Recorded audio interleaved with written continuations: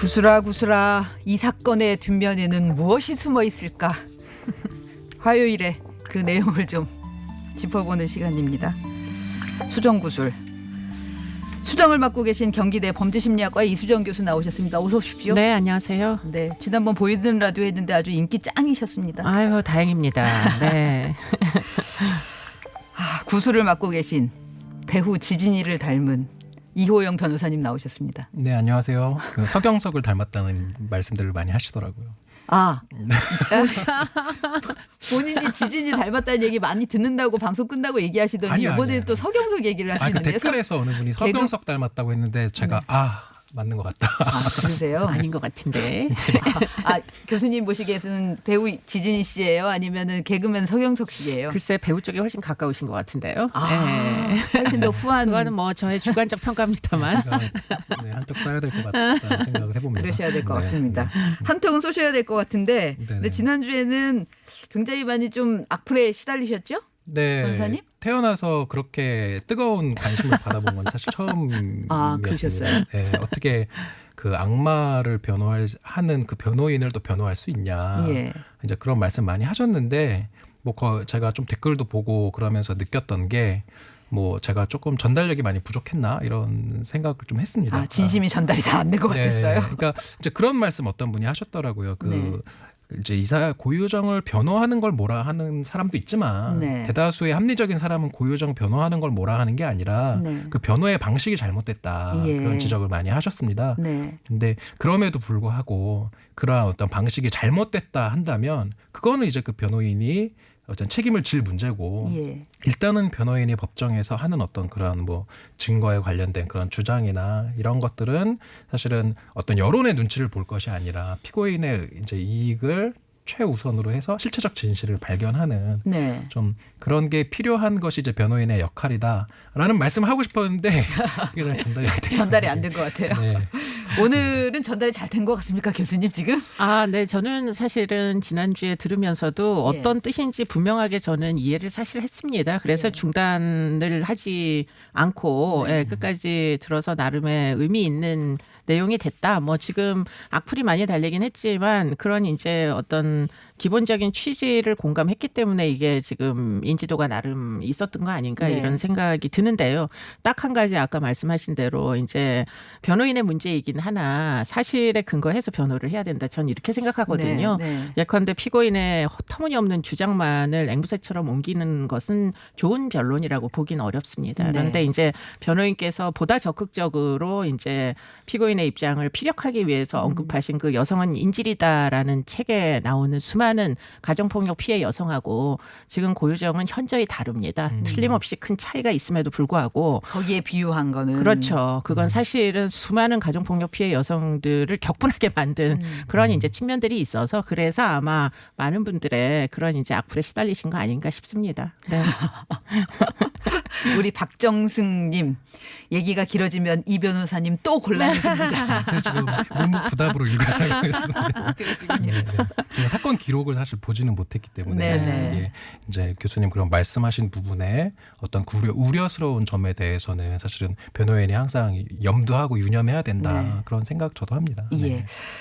청취자 여러분은 오늘 처음 듣는 분은 저게 무슨 얘기인가 싶으실 텐데 저희가 지난주에 그 고유정 사건에 대해서 이제 전해드리면서 고유정이라도 변호받을 권리가 있다라고 얘기하시는 분과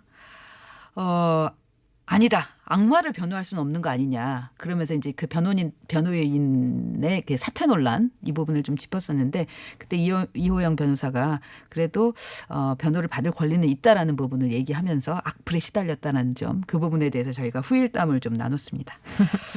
오늘 할 얘기가 또 끔찍한 사건과 관련된 건데요. 이른바 한강 몸통 시신 사건. 참 이름도 섬뜩하죠. 그런데 어제 피의자가 영장실질심사 전에 다음 생에 너 또 그러면 또 죽는다. 이런 얘기를 아예 대놓고 취재진한테 그러니까 피해자한테 할 말이 있으면 좀 해라 하니까 또 그렇게 얘기했어요. 그것 때문에 더 놀랐는데 일단 이호영 변호사님이 이 사건에 대해서 간단하게 설명을 좀 해 주시죠. 네, 지금까지 일단 그 수사에 따르면 그 이제 장대호 장 씨죠. 장 씨는 오늘 이제 공개를 하게 돼 있습니다. 네, 신상 공개가 돼서 사실 예. 이제 이름이 나왔는데 이 장 씨가 그 지난 8일입니다. 8일에 그 자신이 일하는 서울 구로구의 한 모텔 투숙객으로 온 그 피해자를 둔기로 살해한 뒤에 이제 시신을 훼손해서 한강에 이게 조각조각 내다 버렸거든요. 그래서 몸통이 먼저 발견이 되면서 이제 이 몸통 사건이라는 이름이 붙었고요. 이 피해자인 그 B 씨는 이날 혼자 투숙을 하기 위해 모텔을 찾았다가 변을 당했다고 합니다.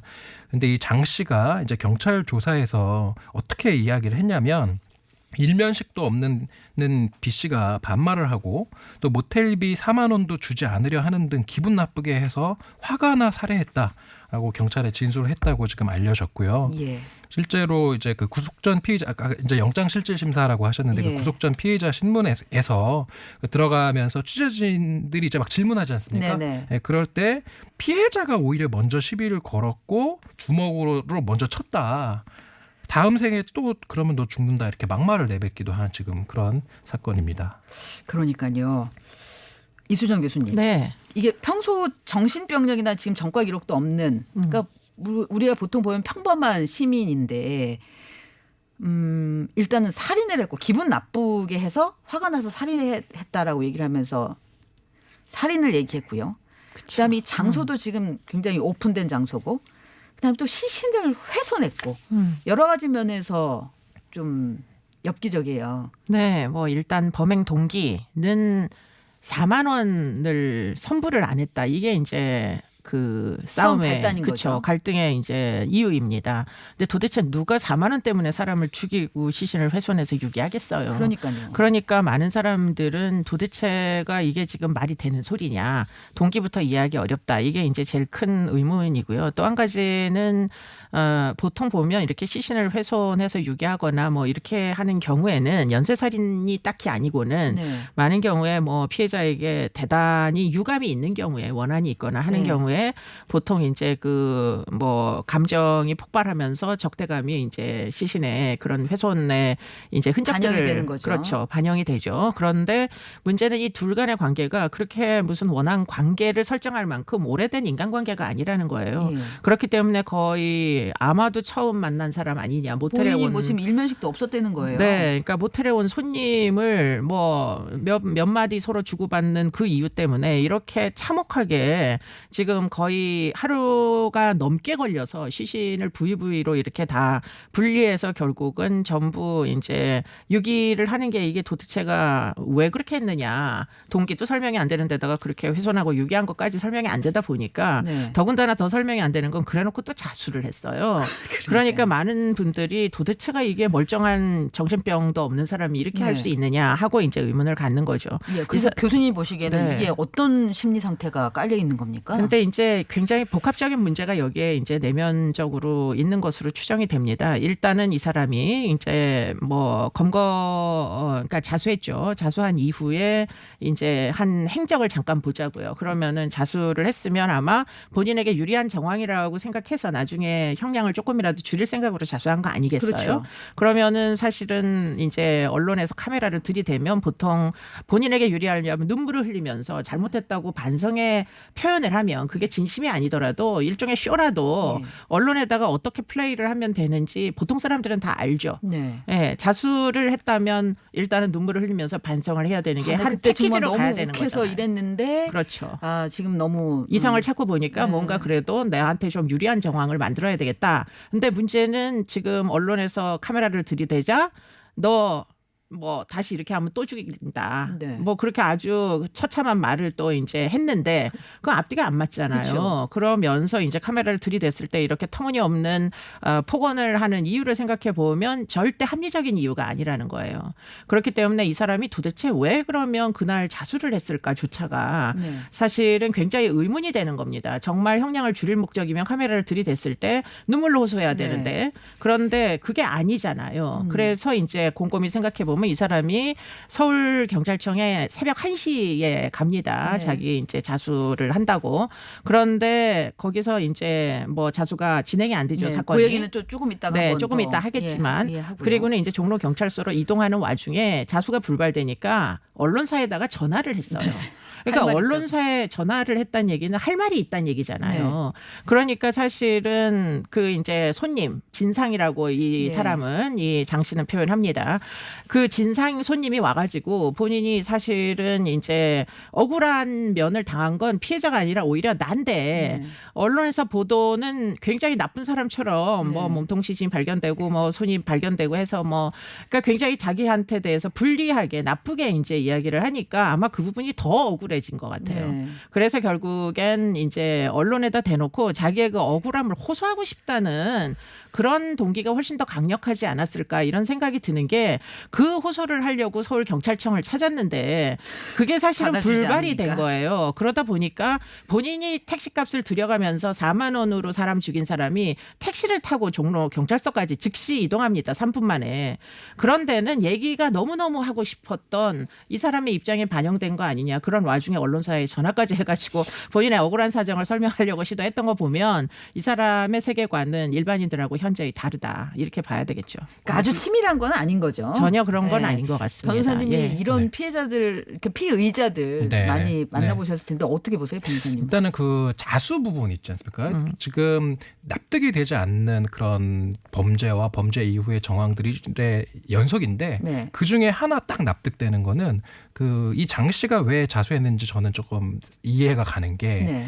처음에 시신이 발견됐을 때가 몸통이 발견됐고 그 다음에 이 장 씨가 자수하기 직전에 오른팔이 발견됐어요. 네. 그래서 이제 지문이 확인되는 그렇죠. 거죠. 지문이 확인되면 신원이 확인되고 예. 그러면은 피해자의 통신 예. 내역, 뭐 카드 결제 내역 이런 걸 통해서 동선이 파악이 돼서 잡히는 것은 사실 시간 문제라고 보이는 거거든요. 그래서 수사망이 좁혀오니까 잡히기 직전에 자수를 한 것이고요. 그러면은 계산을 한 거네요. 그렇죠. 그런데 확실히. 이제 이거는 이 장 씨의 뜻대로 될 수는 없는 게 자수 감경이라는 거는 감경할 수 있는 거지 반드시 자수했다고 다 감경되는 거 아닙니다. 네. 이렇게 잡히기 직전에 이렇게 자수하는 거는 감경 안 된다라고 말씀드릴 수 있습니다.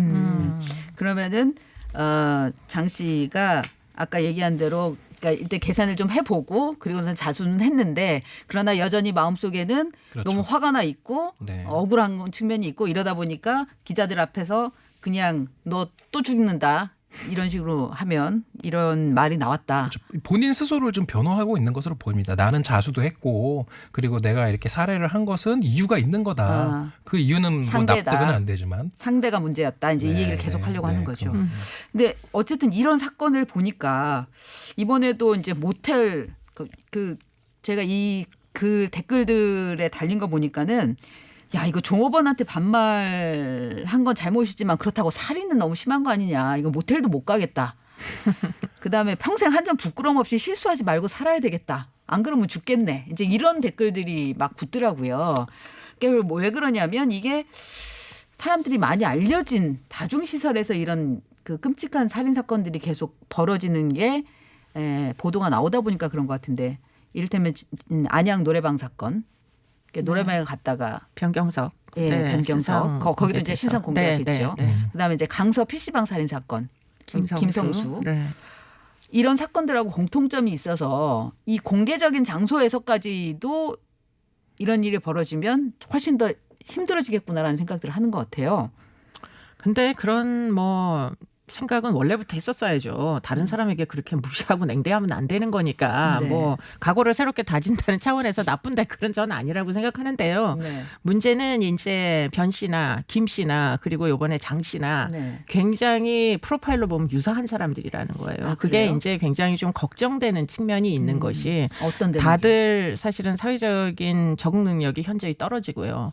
그리고는 사회화가 되는 과정 중에 여러 가지 결함이 있어서 학교 생활에서 적응을 제대로 제대로 못한 것이 결국은 성인기 들어서도 뭐 제대로 된 직업 한번 갖기가 어려웠고 네. 그래서 결국에는 은둔형 외톨이처럼 산 거예요. 예. 그래서 PC만 보면서 뭐 일요일에는 TV나 보면서 시간을 혼자 때워야 되고 친구도 딱히 없고 가족이랑은 연결이 다 끊어져서 지금 장 씨나 변 씨 같은 경우에는 가족조차 전혀 만나지 않았다고 하거든요. 아. 그러다 보니까 거의 이제 아무하고도 만나지 않고 그냥 이런 일용직을 전전하면서 서비스 업종에서 결국에는 뭐 생계를 근근히 이어나가는 네. 이런 생활을 자그마치 10년, 경우에 따라서는 20년씩 해온 거예요. 네. 그러다 보니까 사실은 그 10년이나 20년 정도의 직업 경험상에서 이 사람들이 정당한 대우를 받기보다는 네. 뭐 무시와 냉대, 뭐 주인한테로부터도 무시를 당하지만 손님들한테까지 무시를 당하면서 결국은 그 업수위 여기는 과정 중에 네. 어떻게 보면 사회에 대한 피해 의식이 굉장히 내재화돼 있다는 그렇죠. 거죠. 내재화되다 보니까 그게 결국에는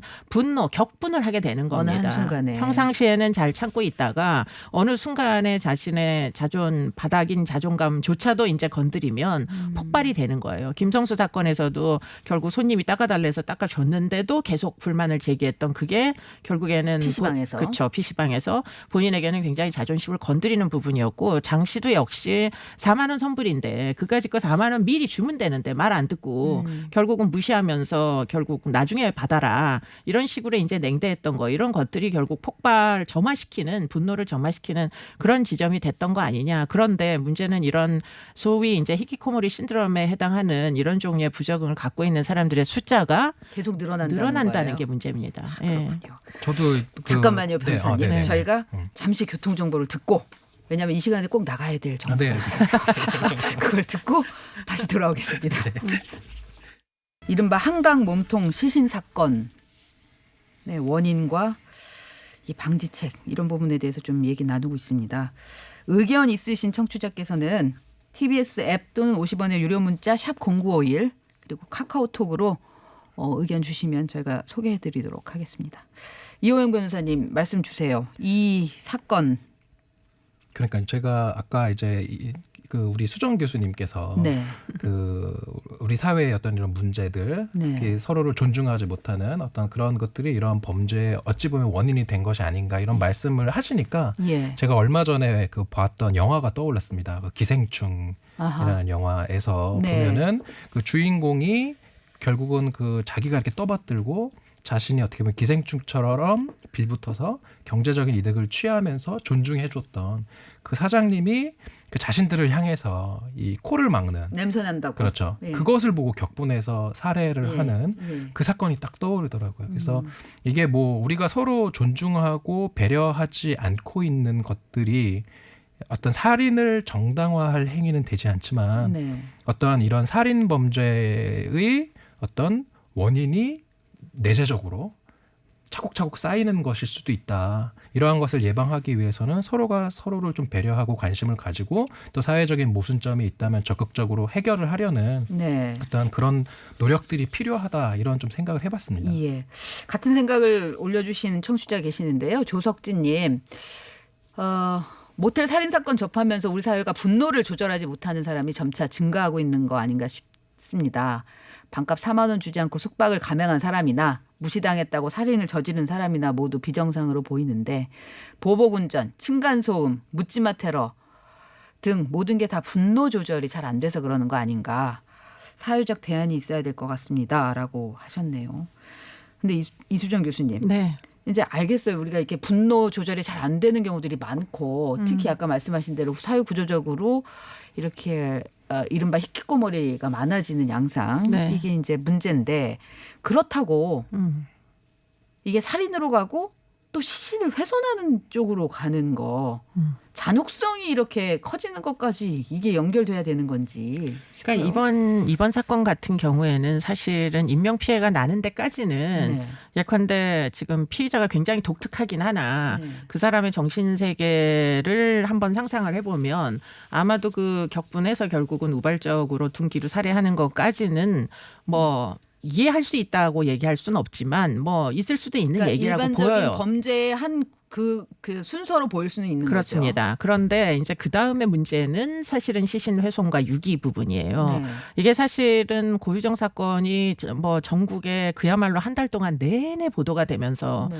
예컨대 검은 봉지를 바다에다 유기하는 이런 뭐 그림이나 그래픽이나 네. 아니면은 검은 봉지 유기하는 장면들이 또 이제 CCTV에서 발견이 됐잖아요. 모방 범죄 같은 건가요? 그렇죠. 그 범행 수법은 사실은 학습할 수가 있습니다. 그렇기 네. 때문에 때문에 사실은 막상 살해해놓고 보니까 이걸 어떻게 해야 되나. 결국은 자기 직장에다가 자기가 시신을 만들어 놓은 꼴이잖아요. 네. 그 사람 나름대로 직장생활 성실하게 했던 사람이에요. 그러다 보니까 네. 그걸 치워야 되겠는데 방법은 없고 차량도 없고 자전거 하나밖에 없으니까 결국은 그 안에서 이틀 이상 되는 시간 동안 그거를 다 훼손을 해가지고 이제 자기 자전거 타고 비 오는 날 이제 그 시신을 전부 한강에다가 유기를 한 거죠. 그러니까 네. 사실은 어떤 사건, 끔찍한 사건이 일어나면 이것으로 인해 가지고 많은 사람들이 어떻게든 영향을 받습니다. 그런데 단 한 가지 뭐 살해하는 것까지는 아까도 얘기를 드린 대로 어쩔 수 없는 측면들이 있을 수가 있어요. 네. 그런데 시신 훼손만큼은 안 되도록 하는 것은 사실은